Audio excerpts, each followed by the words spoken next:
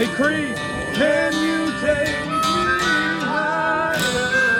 Not much for a city boy, but the women I find in my sauce is soy. Can't call myself a countryman, cause I sit on my don't work my land. One of these days I'll give a damn. Till then, well, I am what I am. Just call me a New York redneck. Where's the banjo? Play that Bella Flag. Yeah. And I might be high class, but my liquor is more. They took my land, so it ain't my fault. Just call me a New York redneck. Ain't my fault. It ain't my fault.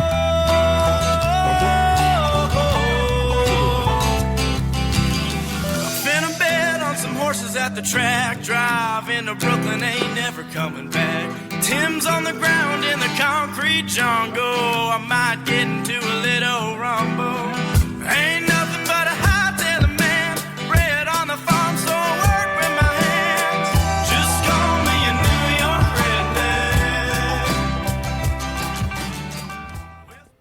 redneck. All right, what's up, everybody? I'm back with episode 8 of the Sportsman Dan Show.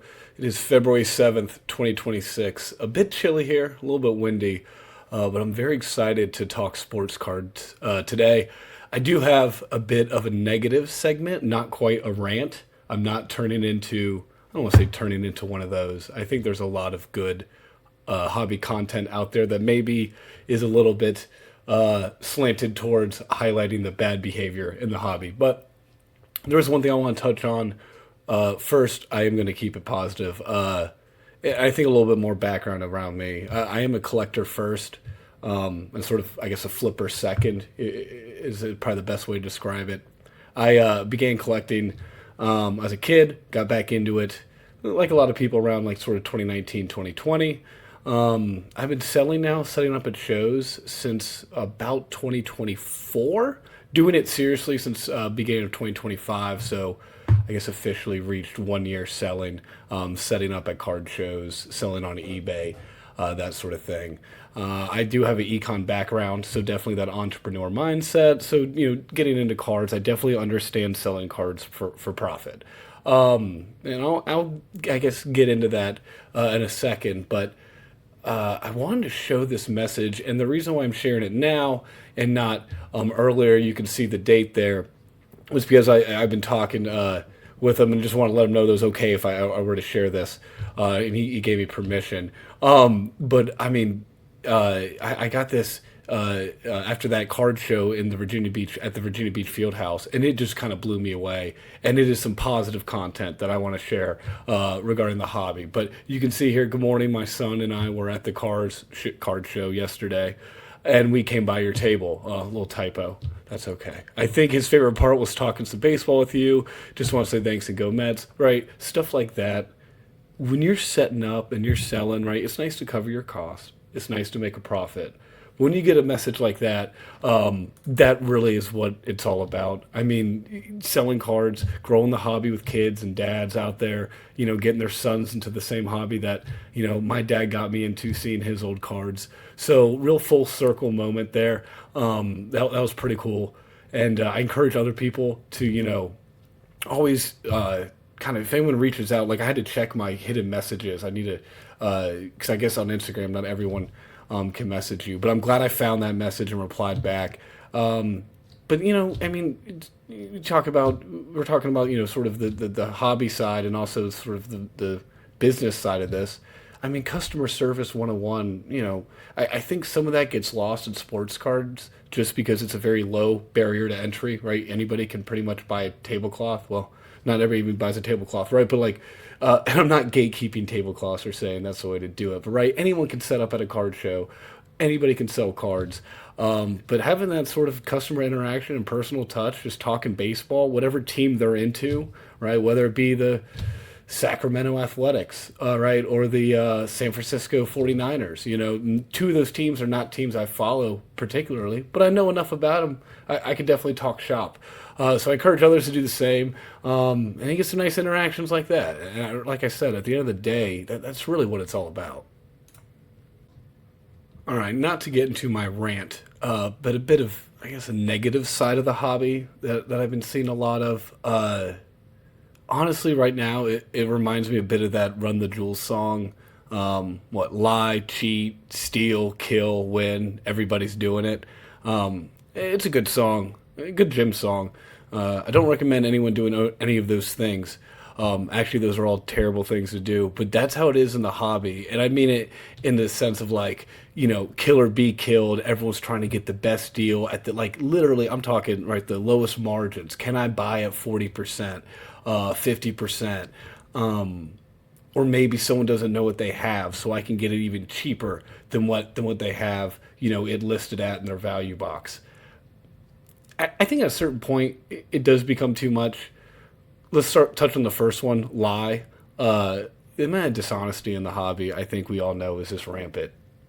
Now, that's anytime money's involved, right? That's nothing, I guess, nothing unique to sports cards. However, what I've been dealing with a lot is, let's say, for example, someone comes up to, my table, wants to sell some cards.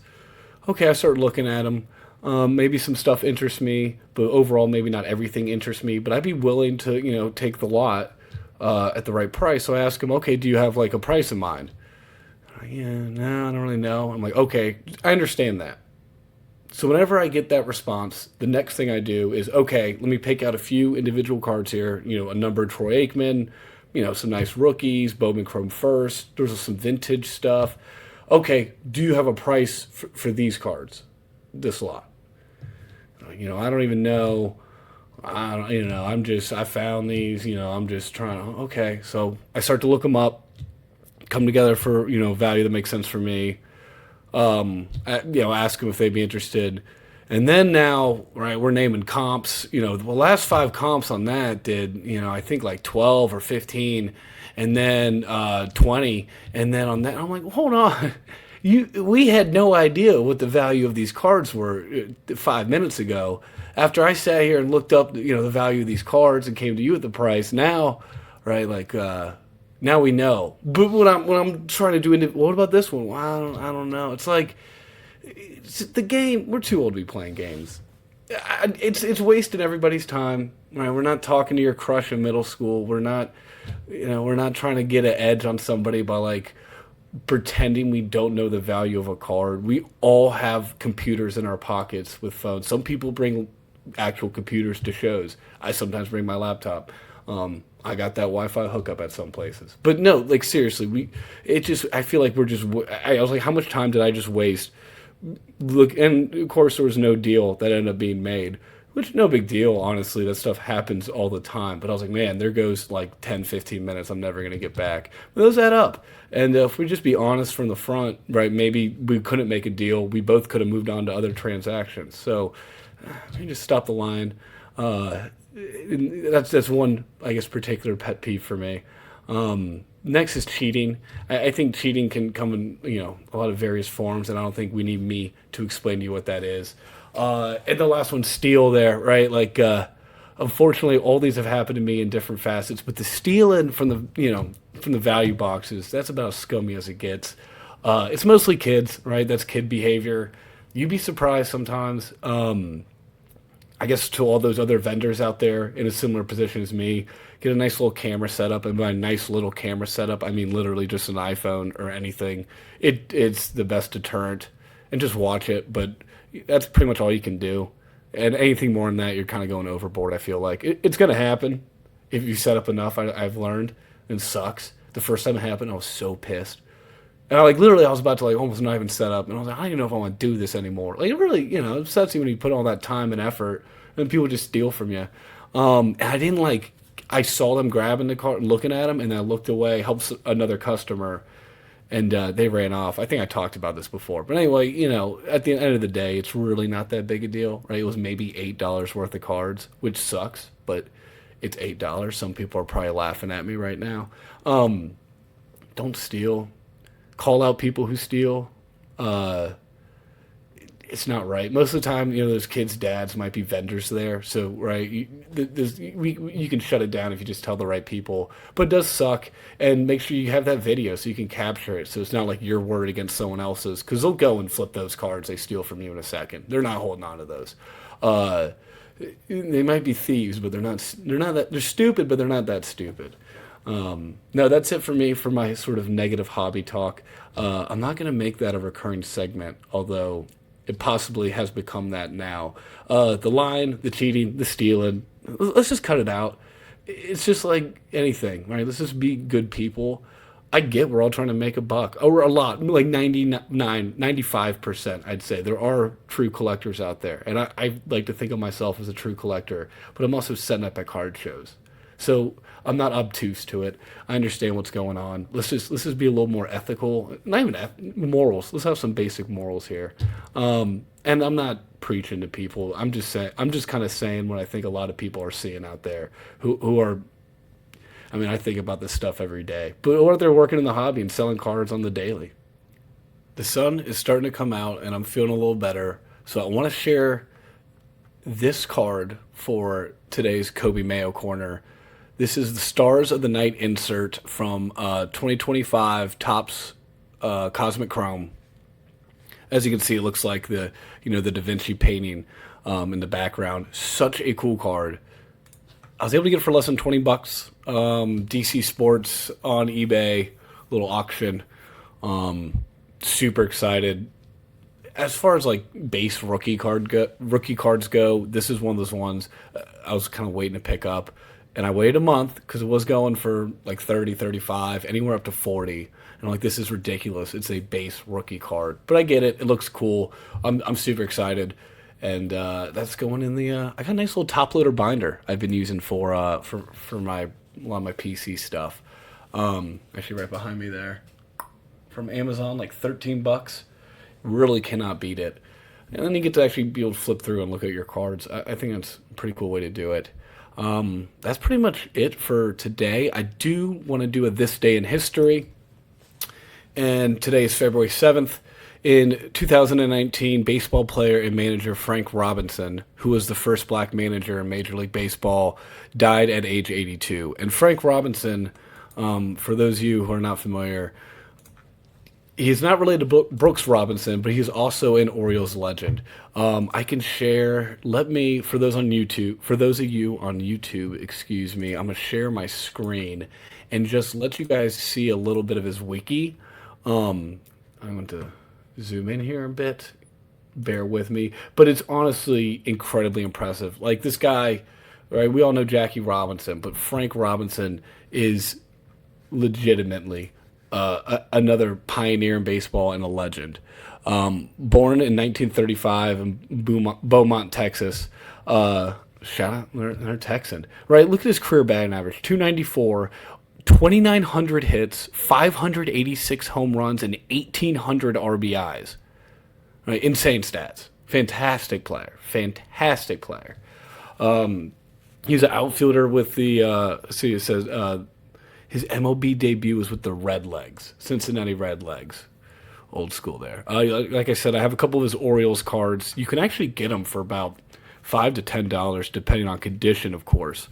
I need to get one of his Redlegs cards. Oh, that would be sick. Like I said, first black manager, broke in with the Cleveland Indians in 1975, was also a manager with the Orioles, all the way up to 2006 with the Nationals. Rest in peace, Frank Robinson. 14-time All-Star, 2-time World Series champion, 2-time MVP, World Series MVP. This guy's cards should be going for way more. I mean, look at these accolades. So I just want to share that. This is my today in sports history. Today in history. I guess it will not always be sports history. Frank Robinson, legend, Orioles legend, all-time great in the major leagues.